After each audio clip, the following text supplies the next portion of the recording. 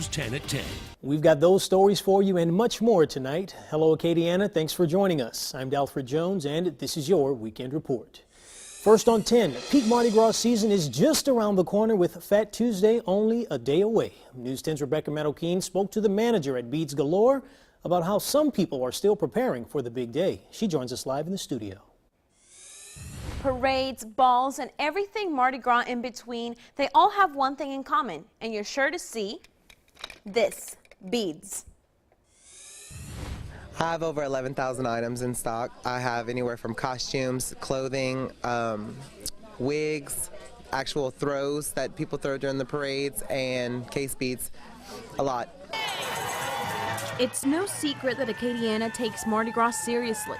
And with a big day so close, I visited Beads Galore in Lafayette, where people were crowding the store, stocking up on their last-minute festival items. It's pretty much gearing up for Tuesday. Manager Christopher Benoit says it's not unusual to see the last-minute crowds. In fact, it happens every single year. It's been full-blown, 100% people walking through the door, parking lot full, all day, every day. Everybody just, waits to the last minute for everything, but it's okay because we have everything that everybody needs. Benoit tells me they first started seeing the influx of people in January when the Mardi Gras festivities first began. So we started getting busy with people coming in buying their ball gifts and decorations for the tables and whatnot, and it just picked up every weekend since then. But he says once Mardi Gras season is over, the work doesn't end. We're open year-round, the only store in town open year-round. I do sell stuff for Easter parade, Christmas parades, the Irish-Italian parade in New Orleans and whatnot, so we're open year-round, and anything and everything you need, I got it here. Benoit tells me they've seen customers come in from all over Acadiana and surrounding areas. He says they've even had people come in from Houston and New Orleans. Rebecca Marroquin, KLFY News 10.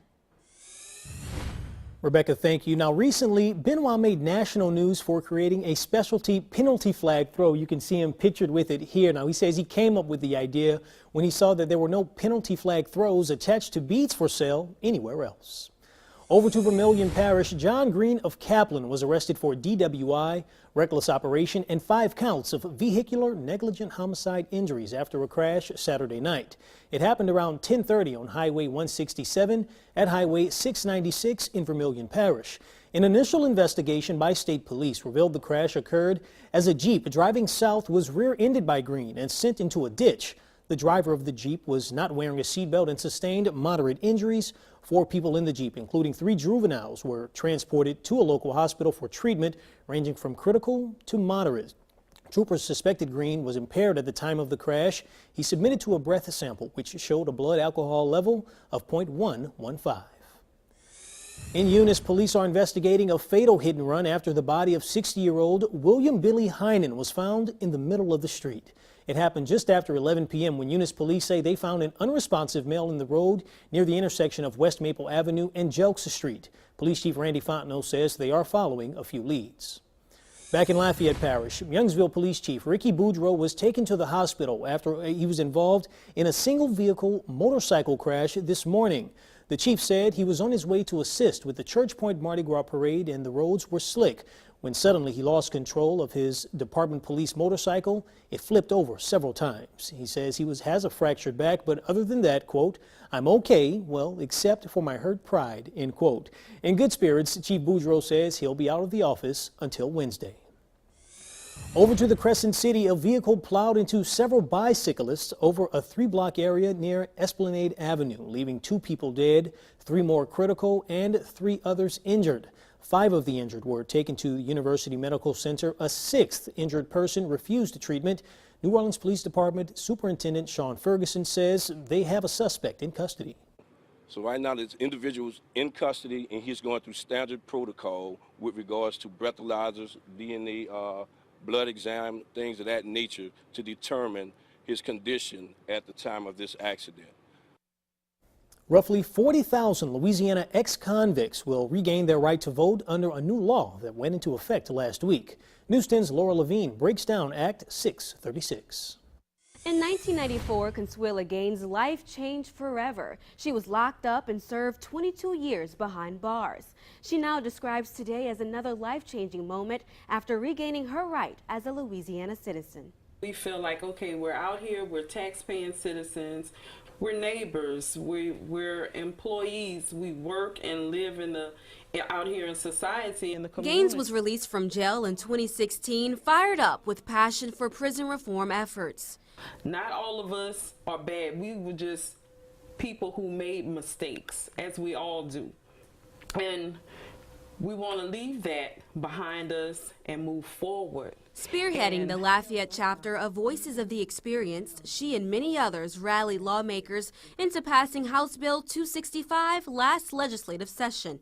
There is a 5-year kind of cleansing period where that person must not have been incarcerated within the past 5 years. Kelly Garrett, the Policy Council, says there are 3 primary categories of residents who are now able to vote under Act 636. What you have to do is get a certificate from your parole or probation officer that states that you are eligible to reinstate your voting rights. It's one step closer for about 40,000 people to cast their ballots, in some cases for the very first time. We want to be accepted and respected, just good citizens.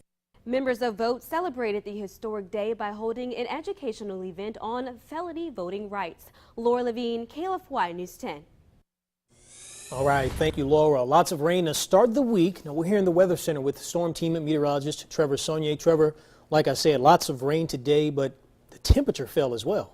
Yeah, we had a strong cold front that moved through the area. Let's take a look at these readings now. We're sitting at 46 in Lafayette, 46 in New Iberia, 44 in Opelousas. Satellite radar shows our storm system that impacted much of the southeast, including our area today. That has now moved eastward. We also have an upper level impulse here across the Texas Panhandle that could come in for tomorrow and produce an isolated shower or two for the coast. Now, for tonight, we have a freeze watch that remains in effect through 8 a.m. Tuesday, and that's for the northern parishes. We could see a light freeze across central parts of the state tonight, and then a light freeze more possible across the I-10 corridor as we head through Tuesday morning and also Wednesday morning. For tomorrow, looks like cool temperatures, 48 as of 2 p.m., 48 as of 4 p.m., and an isolated shower or two possible tomorrow evening. 36 your low tonight, north winds at about 10 to 18. We saw the storms earlier this morning. Alabama, Georgia, unfortunately saw that severe weather. Chris Martinez has the latest information. Storm chasers in Lee County, Alabama drove right at a huge funnel cloud Sunday. Oh, dude, that's a big tornado. The storm leveled everything in its path. The small town of Beauregard is devastated. We're talking several miles that it traveled on the ground.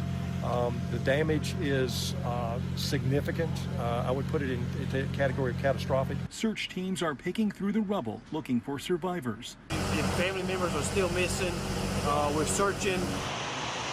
A number of tornadoes or suspected tornadoes ripped across the South on Sunday. It is a monster, but it is on the ground in full force. This one touched down in Fitzgerald, Georgia. Another tornado swept through the town of Talbotton, Georgia. A view from the air shows home after home ripped to shreds.